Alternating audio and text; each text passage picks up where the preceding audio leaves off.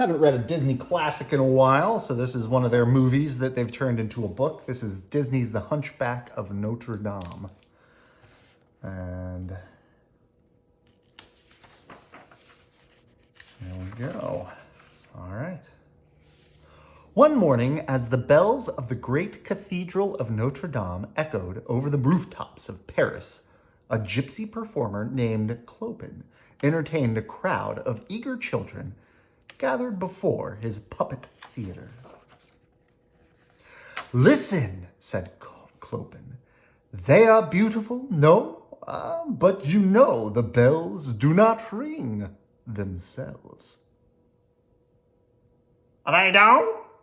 asked the puppet Clopin wore on his hand. "No," answered Clopin, pointing to the bell tower. "Hush, and I will tell you the tale, a tale of a man and a monster." The children listened as Clopin told the story of a gypsy family who nearly 20 years before had slipped into Paris only to be met at the dock by the evil Judge Claude Frollo and his brutal soldiers. Frollo despised gypsies, for to him they represented all that was bad in the world. As the family was taken prisoner, Frollo noticed the gypsy woman clutching a bundle. He commanded the soldiers to seize what he thought were stolen goods. The terrified woman ran across the square and then up the steps of the magnificent Cathedral of Notre Dame. Desperately, she pounded on the doors, crying, "Sanctuary, please! Give us sanctuary!"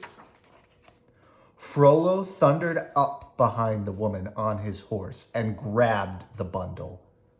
They struggled, and she fell upon the stone steps and struck her head. As Frollo looked upon the dead woman, the parcel in his arms began to cry. "A baby?" muttered Frollo as he unwrapped the blanket to look inside. "No, a monster," he gasped when he saw the poor, misshapen infant within. Frollo was about to drop the baby into the dark opening of a well when the voice of the archdeacon pierced the night and stopped him. Under the watchful eyes of Notre Dame, Claude Frollo suddenly feared for the fate of his soul. And when he asked the archdeacon what he should do, the priest told him to adopt the infant and raise him as his own. Frollo agreed, but only if the child could live in the bell tower of Notre Dame. Then Clopin posed a riddle to his spellbound audience. "Now, can you guess who is the monster and who is the man?"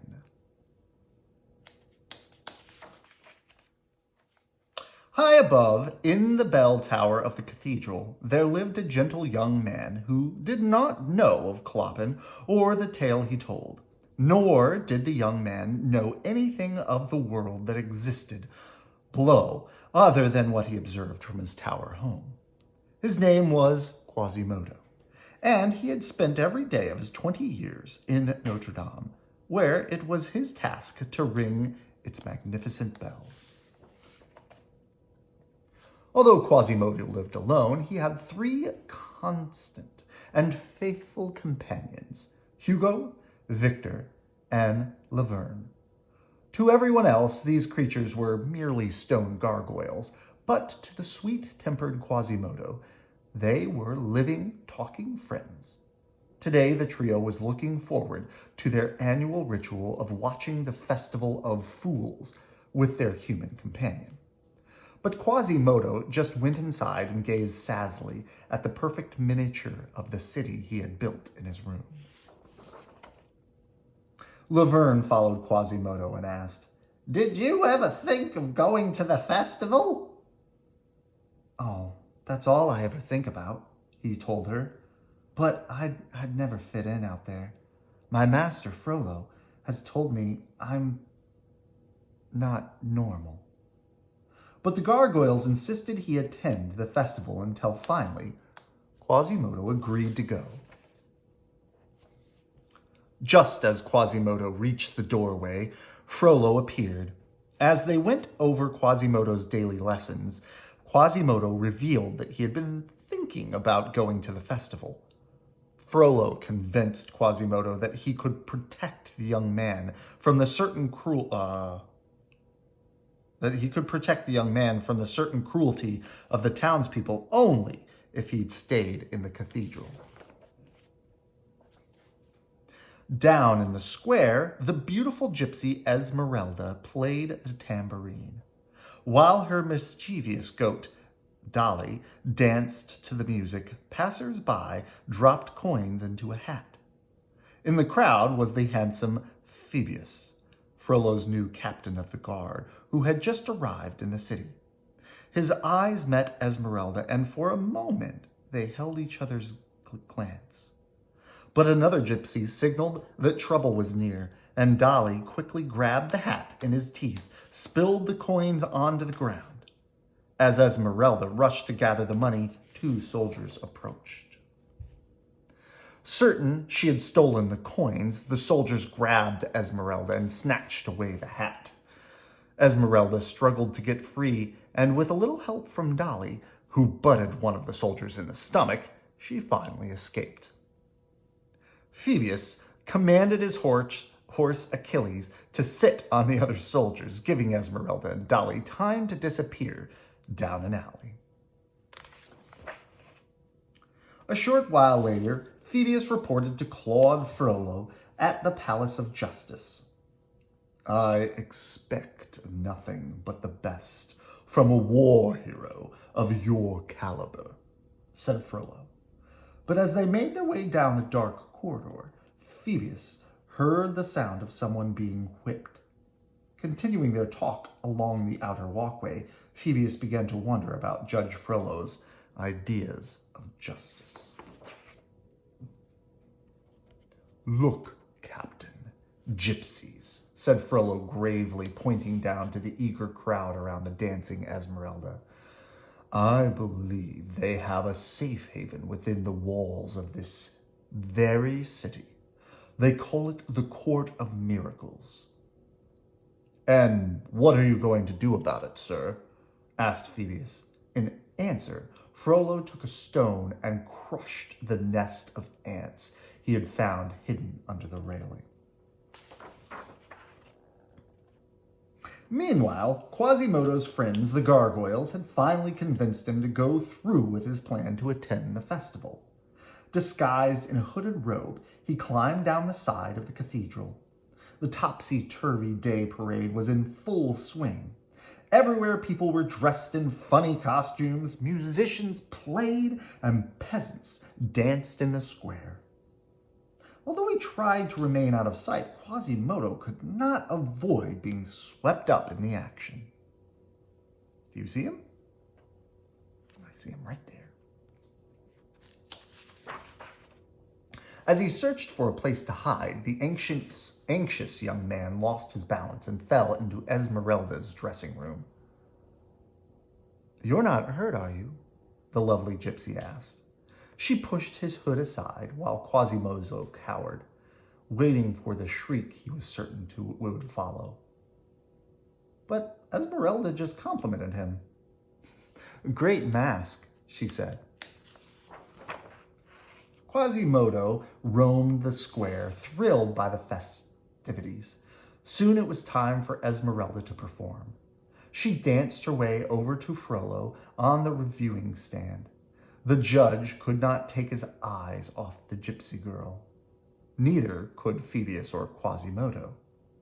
Esmeralda even winked at Quasimodo as she passed by, making him blush. When she finished dancing, Clopin reappeared on stage to announce the crowning of the King of Fools. As people in grotesque masks scrambled onto the platform, Esmeralda went down the line of contenders for the King of Fools, removing each one's disguise. But when she reached Quasimodo, she realized that he wasn't wearing a mask after all. The crowd gasped, But Clopin said, "We wanted the ugliest face in Paris. Here it is." Quasimodo was paraded through the streets as the ugliest king of fools ever. But soon the crowd got out of hand and began to throw fruit and taunt him. Frollo did nothing, even when the frightened Quasimodo was tied to the pillory and pleaded for his help. Esmeralda came to Quasimodo's rescue, enraging Frollo, who ordered the gypsy girl arrested. In a mad chase, she dodged the soldiers, and soon she and Dolly slipped into the cathedral. Phoebus followed, but instead of arresting her, he told Frollo that Esmeralda had claimed sanctuary. The archdeacon came to her side, ensuring that no harm would come to her within the cathedral's walls. Upon his return, Quasimodo watched Esmeralda as she explored the cathedral, and when he ran off to his room, she followed, wanting to apologize for what had happened at the festival. Up in the bell tower, Esmeralda complimented Quasimodo on the miniature model of Paris he had carved. Talking to this kind person, Quasimodo began to think that what Frollo had said about the gypsies being bad might be untrue. And when Esmeralda told him he was not the monster his master said he was, Quasimodo desperately wanted to believe her.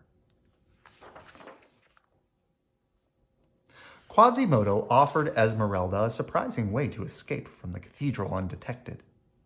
Picking up the gypsy and Dolly, he skillfully leapt off the bell tower, quickly climbing down the face of the cathedral. When they reached the bottom, Esmeralda kissed Quasimodo and gave him a woven necklace. "It will help you find the Court of Miracles," she said, and then she fled. When Quasimodo reached the bell tower again, he met Phoebus, who was searching for Esmeralda. He asked Quasimodo to tell the gypsy he meant her no harm. After Phoebus left, the gargoyles revealed that they thought Esmeralda was in love with Quasimodo. Although Quasimodo told them they were wrong, he secretly hoped it might be true. When Frollo learned that Esmeralda had escaped from Notre Dame, he ordered his soldiers to search every building in Paris. Maddened by his unsuccessful search, Frollo even set fire to the home of a miller, certain that the family had sheltered gypsies. At the moment, Phoebus realized how truly evil Frollo was. The brave captain entered the burning mill and rescued the family. Frollo immediately sentenced him to death. As Phoebus was about to be executed, Esmeralda frightened Frollo's horse, and Phoebus escaped. He had fled. As he fled, Phoebus was wounded by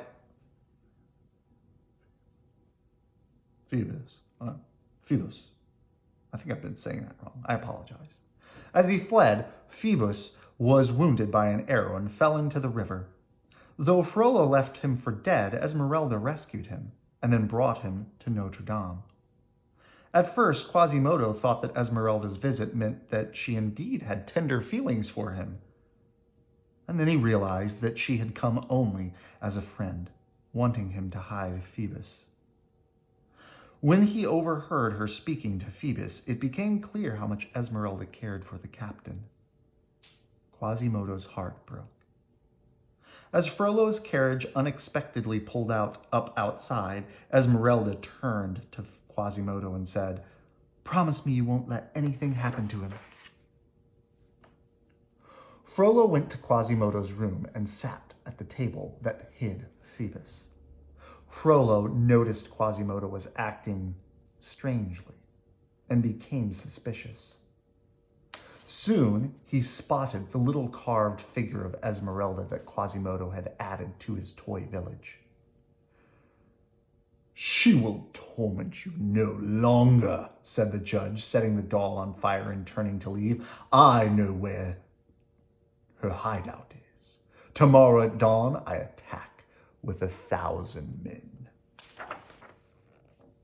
As soon as Frollo left, Phoebus asked Quasimodo to help him find Esmeralda, but Quasimodo, hurt and confused, afraid of disobeying Frollo again, refused to go with him.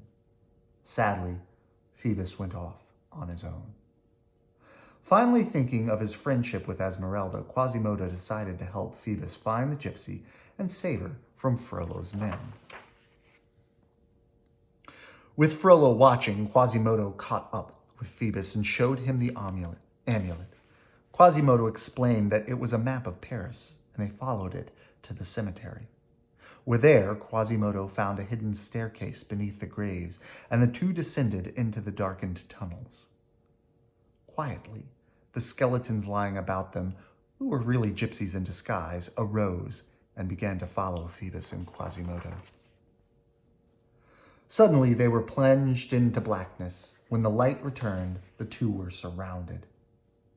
"Well, well, well, what have we here?" said Clopin as he stepped out of the crowd.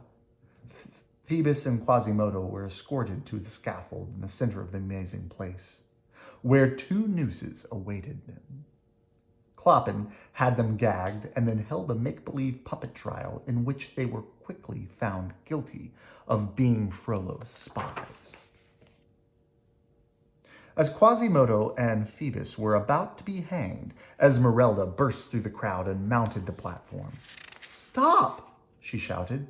"These men are our friends. This is the soldier who saved the miller's family. And Quasimodo helped me escape from the cathedral." As Esmeralda had removed their gags, Phoebus turned to the crowd and announced, "We came to warn you. Frollo's coming." "You took a terrible risk coming here," Esmeralda told Phoebus. "It may not exactly show, but we are grateful." "Oh, don't thank me," protested Phoebus. "Thank Quasimodo. Without his help, I never would have found my way here."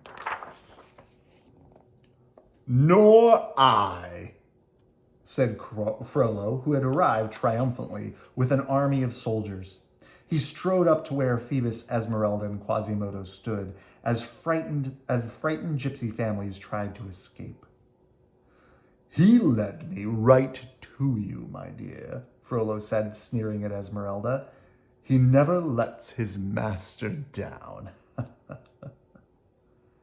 "Then you must have tricked him," accused Esmeralda. Quasimodo was horrified. His friends were captured, and it was all because of him. As the soldiers led Esmeralda and Phoebus away in chains, Frollo ordered his charge to be chained up in the bell tower. By nightfall, a platform had been built in the square. Frollo appeared, and as two guards tied Esmeralda to the stake, he announced, "The prisoner has been found guilty of the crime of witchcraft. The sentence, death." Nearby, Phoebus was imprisoned in a cage surrounded by guards. He watched helpless as Frollo approached Esmeralda. In the bell tower, Quasimodo knelt motionless and defeated, while the gargoyles urged him to save his friend. And then Frollo's voice boomed from below. "She stands before you exposed for the monster that she is," he proclaimed. "No!" Quasimodo shouted as he began to tug at his chains. Quasimodo pulled with all his might, and soon the pillars that held him crumbled. He was free. Quickly, Quasimodo swung down the wall of the cathedral and landed on the platform in the square, where he rescued Esmeralda as the soldiers rushed at him. He held them off with a beam. Then he carried Esmeralda back up the face of Notre Dame as the crowd watched in amazement. Unharmed, Quasimodo hoisted himself onto the balcony and raised the unconscious Esmeralda above his head.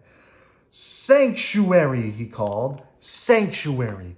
Sanctuary!" "Seize the cathedral!" screamed Frollo, even though he had no authority over the church. Inside the bell tower, Quasimodo placed Esmeralda on a bed of straw. He walked out onto the balcony and saw Frollo's soldier surrounding the cathedral. Quasimodo heaved wood and pieces of masonry over the side of the cathedral, sending soldiers fleeing in all directions. And then he picked up a beam and hurled it over the side of the balcony, and it crashed onto Frollo's carriage. Meanwhile, Phoebus had seized the guard's key and freed himself and Clopin from the carts where they had been imprisoned. "Citizens of Paris," Phoebus announced, or shouted, "Frollo has persecuted our people, ransacked our city, and now he declared war on Notre Dame itself. Will we allow it?" "No!" shouted the angry crowd as Clopin and Phoebus led them toward the cathedral. Inside Notre Dame, Quasimodo and his gargoyle friends were holding off Frollo's troops any way they could. Quasimodo tiring, it seemed the soldiers would never stop coming. He could hear the doors of the cathedral giving way under the battering of troops. "Oh, it's hopeless," he muttered, resting for a moment. And then he had an idea. Hugo and Victor fanned the flames under the huge vat of lead Quasimodo kept in the bell tower.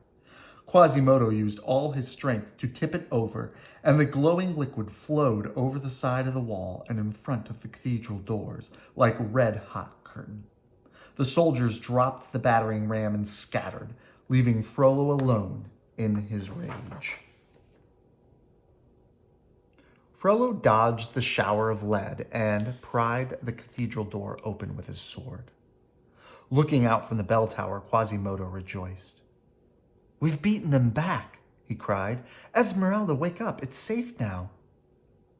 But Esmeralda continued to lie motionless.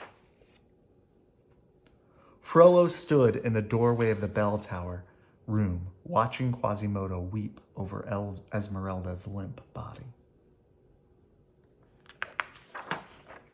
As Quasimodo knelt, Frollo raised a dagger above the young man's head, but Quasimodo saw Frollo's shadow on the wall just in time and knocked his attacker to the floor.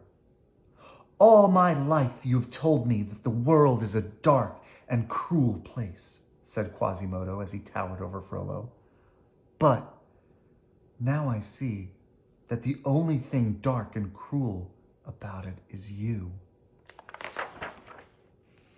Just then a voice called out softly, "Quasimodo?" It was Esmeralda. Quasimodo ran to her side and picked her up as Frollo, his sword drawn, pursued them out onto the balcony. Frollo slashed at Quasimodo as he tried to hold on to Esmeralda with one arm. Quasimodo swung around the edge of the balcony, but Frollo continued to attack, cutting Quasimodo's wrist. Finally, Quasimodo was able to carry Esmeralda to safety, and then he climbed atop a gargoyle and faced Frollo. After a struggle, both Quasimodo and Frollo fell from the balcony. Esmeralda grabbed Quasimodo's hand and kept him from falling further, while Frollo was able, at the last moment, to climb onto another gargoyle. Now, with Esmeralda in striking distance, Frollo raised his sword, and just then the gargoyle under him cracked off the cathedral, and Frollo plummeted to the square below. Esmeralda could hold on to Quasimodo no longer. She lost her grip on his hand, and he too began to fall. Quickly, Phoebus leaned out from below and caught their noble friend. As the morning dawned, all the people of Paris worked to remove the traces of Frollo's rampage. When the cathedral doors opened, Esmeralda and Phoebus walked into the square, hand in hand. A moment later, at Esmeralda's beckoning, Quasimodo emerged into the sunlight. The curious crowd surrounded him, no one quite knowing what to say or do. Then a little girl walked up to Quasimodo and gently touched his face. "3 cheers for Quasimodo!" cried Clopin. In the bell tower high above, Hugo, Victor, and Laverne smiled as they watched the happy scene below. "Hip, hip, hooray!" shouted the jubilant crowd as they carried Quasimodo on their shoulders through the square. Hip, hip, hooray, they cried as they celebrated the hero of their city.